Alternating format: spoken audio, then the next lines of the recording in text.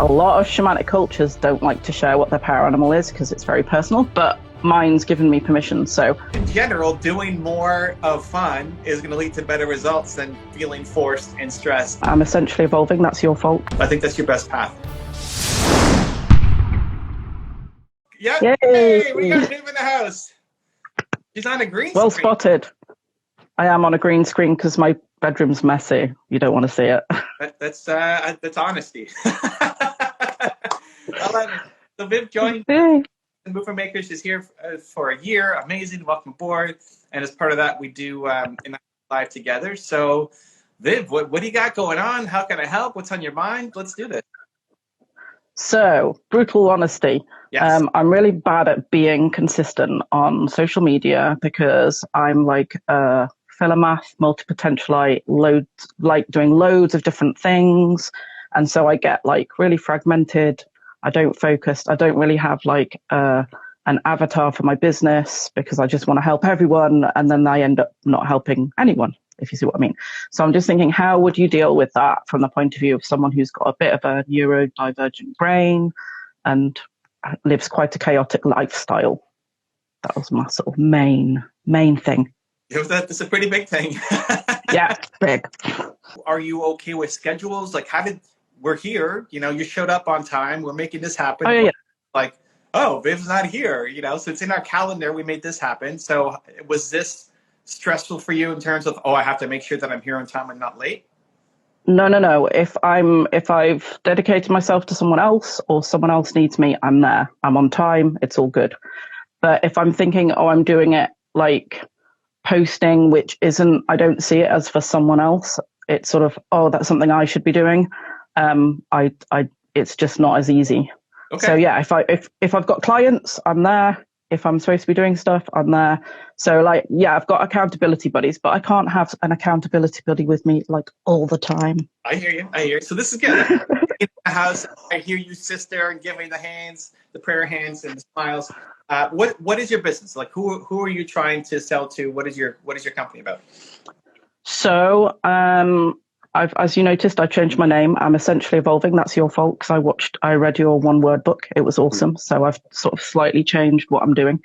So I'm a shamanic practitioner. I do like spiritual healing, but I also deal with because I've learned so much because I love learning, and I'm just coming out of 20 years of home educating my children. I've got loads of different things I did. So it's basically I'm wanting to make sure that people can find their authentic voice in a world where we get sort of pulled in lots of different directions and stuff like that. So that's what I do. It's all about empowerment, making sure you're your true self, finding your sort of purpose. And I do that via spiritual healing and essential oils, all sort of tailor-made to the individual. So spiritual healing, am I meditating with you? Am I praying with you? Are you doing like what am I doing with you? If I'm a client of yours, how are you helping me with spiritual healing? So at the moment I do one-to-one healing. So my spiritual healing is based on being a core shamanic practitioner, so the oldest spiritual practice on the planet. So it's all about empowering you, bringing your power back in, ancestral healing, making sure everything's good from that point of view. So yeah, that's what my training's in. So I'm not super up to date on shamanic healing. So if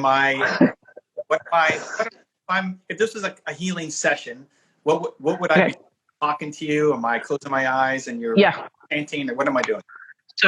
So we'd have a conversation. I'd find out what you know about shamanism because people like to know what it is.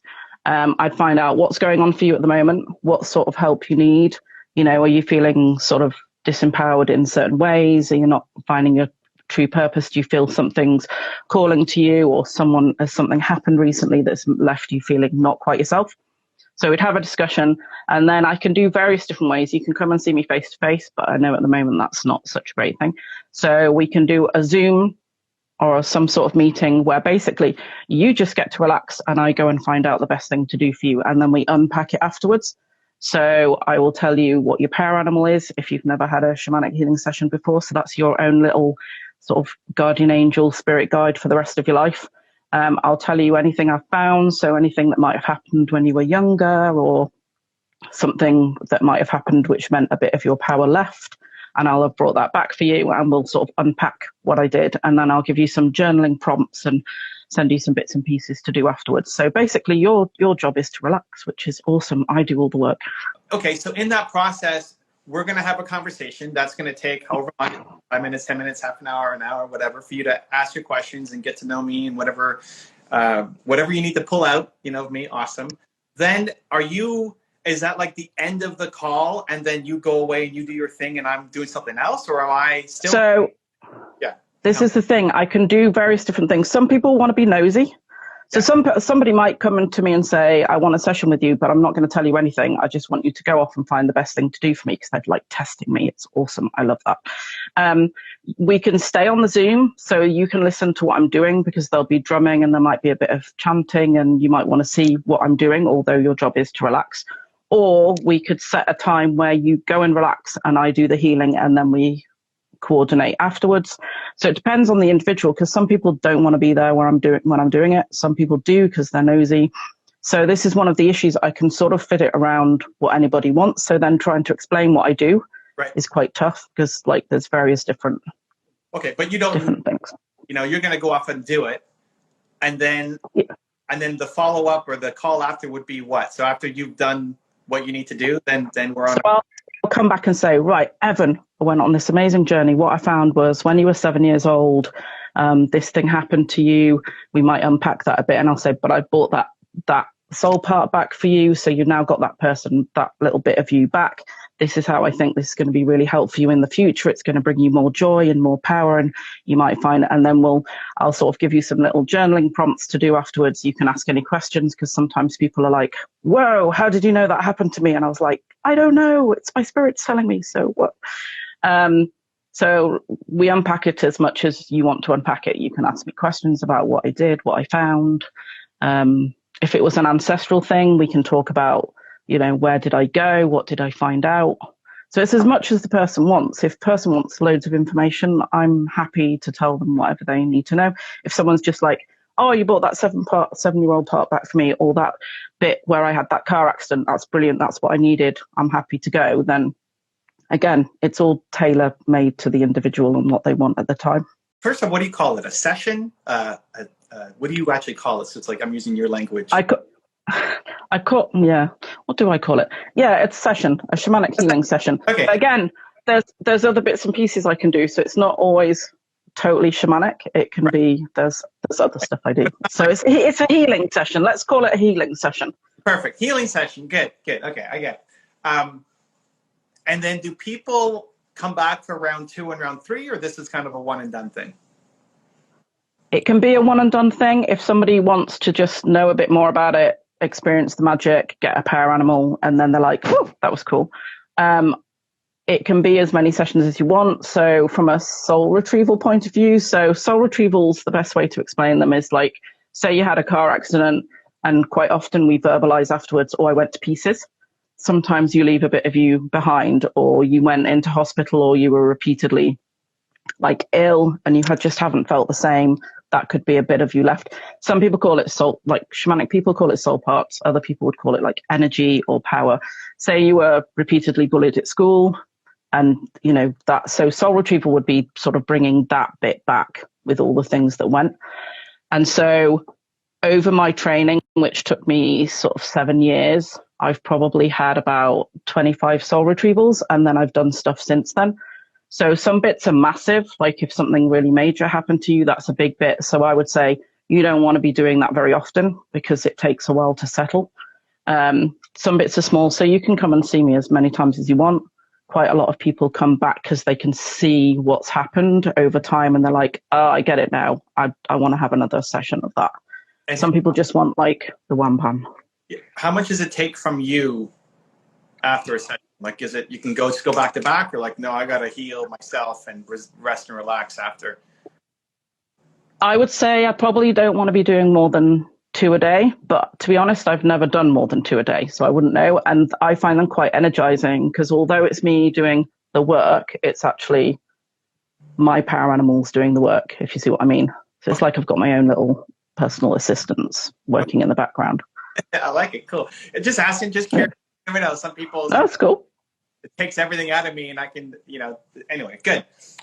Cool. So I think honestly, the best way to make content, if that's what you're trying to sell and that's what it just listen to the language, right? It feels like when you have to just come and make a video, it's forced. Your brain takes over. You don't want to do it. There's procrastination. There's like, what do I say? And it's not fun or energizing at all. Whereas when you're with somebody, if it's a client who is really interested in it, or even somebody challenging you, and you say like, I love it when there's a challenge, then I do. It's easy to show up. You love it. It's fun.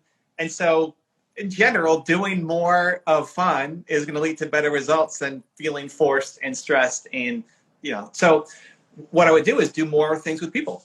And this is for anybody who's selling sessions or coaching, or, you know, you're better with somebody than you are solo. Your goal is not like, I want to be a speaker on stage. I want to be helping people. Do you do group sessions as well, or can you do that, or it's all one-on-one?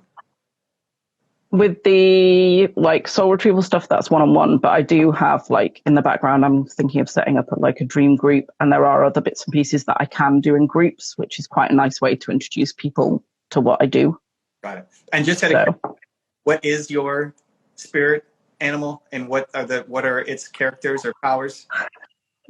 So just so you know, a lot of shamanic cultures don't like to share what their power animal is because it's very personal, but mine's given me permission. So when I first went and got my first power animal, well, my primary power animal, it was a raccoon. And then over my time of learning, it became a dragon. And now my raccoon is like a little spirit helper. So it's a dragon. So, which is really awesome because I can fly and I can burn things and stuff. How does that, so being a dragon, how does that translate into Viv's life? It's like what you should be doing, or how the dragon's helping you accomplish things?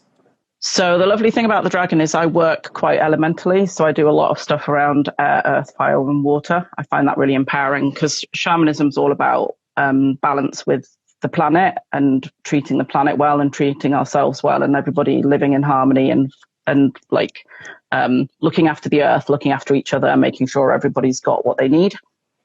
So elemental working is really cool from that point of view. Like I can tap into, if I need to be more creative, I can tap into the air dragon, because obviously dragon can be all the different elements. If I need to be more in flow, then water dragon's really cool. If I need to be more grounded, then I can tap into my earth dragon.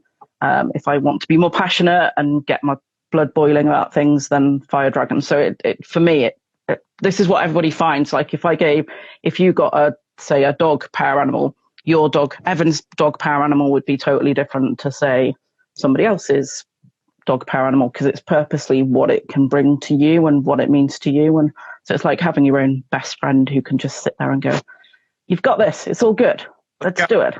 Oh, dragon. Cool. Okay, so if I'm you, what I would do honestly is just do public sessions. Okay. I mean, this is very meta, because what are we doing right now? This is a public session, right? Of this is my spirit animal, shamanic session. Like this is how I do it. I'm not going to go and chant and beat some drums, and like, this is the magic of what I do. And we're doing it public. And so it could be with current clients to reward them, to say, hey, you've signed up for a session, you also get a bonus one with me online. Or it could be and not everybody's going to do it.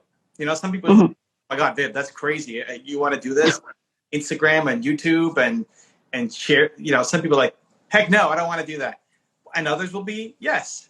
And if you position it, there's two ways to do it. One, you position it as a reward, as a bonus. So instead of them having to pay for time with you, they get a bonus session with you. And the deal is it's going to be public, and hopefully other people can learn about the process as well. For anybody who, so you're educating me, because I obviously don't know that much about it. So I'm asking, all the beginner questions to understand what it is you do and how it works. And other people who might be on the fence or have no idea what it is, now they get to see it, and now it's not as scary because they've seen it, right? I did a live session with Marissa Peer where she hypnotherapied me and put me under We did that live on YouTube. I did emotional freedom therapy, the tapping live. Like, I don't know what's going to happen, but the whole point is to reduce the stigma around alternative methods of healing and stuff. And if somebody's just maybe heard the term or has never heard the term but is curious, you're giving them an intro to the world that it's not that scary. You know, like, hey, all I'm going to do is ask you questions and I'm going to go do something else and then come back. This is not, it's not like I'm pulling your blood out or something, right? I mean, like, it's not, but people don't know and they assume, and we go like radical. And so it's a great education tool as well. So step one, rewarding current clients and offering them a bonus as a result for signing up. And two would be anybody who is on your email list or anybody who's currently following you on Instagram or any of your platforms, and you offer them a free session in exchange for it going. Like, they may not be ready to hire you yet. They may not be able to afford to hire you yet. But they get a free session with you with the caveat that it's going to be public. So anytime it's demonstrable, like, you can show it. So it's going to be, however it takes, it's going to be 10 minutes of you asking questions and then 10 minutes of you doing your thing and then 10 minutes of talking afterwards, or whatever feels right and is in flow, not trying to like force it into a certain format. Then other people can see it. And some people will, you'll have different camps. Some people will look at that and say, that's the craziest thing I've ever seen. Some people will look at it and say, that's really cool. Can you do me next? Like, how do I get to be a guest on your show? Right. And the third group will say, that's really cool. I wonder what it would be like for me, but I don't want it to be on Instagram, on YouTube.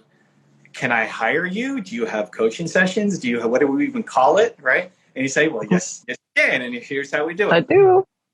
And that's, for someone like you, going to be a lot easier, because all you have to do is show up and you get to feel the energy and see the person in front of you and feel like you're actually helping them, as opposed to blocking time in your calendar and forcing yourself to just sit in front of a camera and press record and make a YouTube video, and it feeling awkward and not the right energy.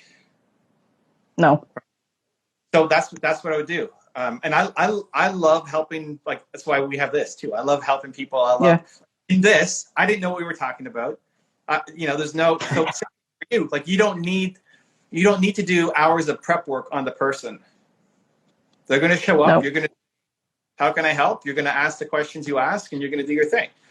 So it's a lot easier to prepare. It's a lot easier to do the content because there's no preparation versus a YouTube video with a script and you're preparing and it feels awkward and all this. I can't do those anyway, because my neurodivergent thing is I can't remember things, and you can tell if I've practiced it, it just doesn't have that oomph. So yeah, that's cool. So when I did a daily, I still almost do a daily show. We do 3 times a week on Instagram, and then I do a Facebook Live once a week, and Movement Makers obviously is live inside a group. When I decided to do this, I was on an airplane from LA to Toronto, and I booked the first 5 guests for my show. It was Friday night. I was flying back, and Monday I was going to start my show. And I just messaged people on Instagram, hey, I'm starting a show live on Instagram every day at 2:00 Eastern, just answering questions and helping people. Do you want to be a guest on my show on Monday? And then I booked a Tuesday and a Wednesday, and free. Like, they weren't paying me to do it. And the people I picked all said yes, but people could say no too. And it's like, no, I'm not comfortable. Awesome. We're not trying to force people into uncomfortable situations, but a lot of people will say yes. And it's an incredible value for them. And people who are watching along, one is education to showcase what it is that you do and how valuable it is. And two, it's lead generation, client generation for you, because some people will watch it and then want to work with you or take the next step to be able to do something with you. Yeah, cool. So that's what I would do. I would look at so you look at Instagram followers, email list. You don't have to have a giant list. Like, all you have to do is, even if you're going to do a daily show, you need 5 people for next week. It's true. If you just message them and say, hey, I'm doing it. And then if you're struggling for the next week, maybe you do round 2 or round 3 with somebody. until you start building up the presence, right? So yeah, at some point it just takes over. Like if you didn't show up today because of whatever, something happened, the internet goes down, or we screw up our time zones or whatever, there's other people who would want to come live with me right now who are requesting, right? Yeah. That'll be taking over. If they know, hey, every day at 5 o'clock, Viv is going live, you book your first guest, but afterwards other people will just say, hey, pick me if you keep doing it consistently. And if it comes off as fun, right? Like that was paying more attention to your energy and the language you're using, because the strategy has to be a good fit. And it feels like it's a lot more fun for you to do that. And whenever you can make it fun, you're way more likely to follow through on it. And it's more fun. So why not do things that are fun, right? I mean, this is why we have agree. Have more fun than like forcing us to do. We already have enough stuff we are forced to do, pay taxes and do accounting and all that stuff, you know. So the actual work, the content creation should be fun. Cool. So that's what I would start today. I would book, even if you want to start tomorrow or Friday or Monday, start booking people to do sessions with and give it a couple weeks of regular sessions and see how the vibe is. But I think it'll be a good, I think that's your best path instead of making talking head Viv the camera by herself. Yeah, cool. I like that idea. Good. And this, I mean, for any coach or anybody who does, some people love being the speaker and they love just direct to camera and talking and they love seeing themselves on stage. Cool. Other people are much more comfortable and have more fun with somebody because there's the energy transference and you're like, I want to help, I want to serve, there's a human in front, even though we're, you know, in different countries, but connect and see and help. And if that's the vibe, then leaning in on that. So amazing. Awesome. Good luck on the show. And honestly, I would take the rest of today and just book your first 5 people for your show to do free sessions with. And once you've committed to them, now you're going to show up and do it because you said you were going to show up. I am, yeah. And I don't let people down. Yeah, you start seeing the fun and the vibe. It's a lot easier to keep the train rolling once you've built a little bit of momentum. Yeah, awesome. Cool. All right. Thank you, Viv. Good job. Thank you. If you want to see another awesome one-on-one I did with an entrepreneur just like you, check out the video right there next to me. I think you'll enjoy it. Continue to believe, and I'll see you there. The questions that people ask you afterwards might become new chapters in your book and make your book even better. That's a good idea. Take people in on that journey.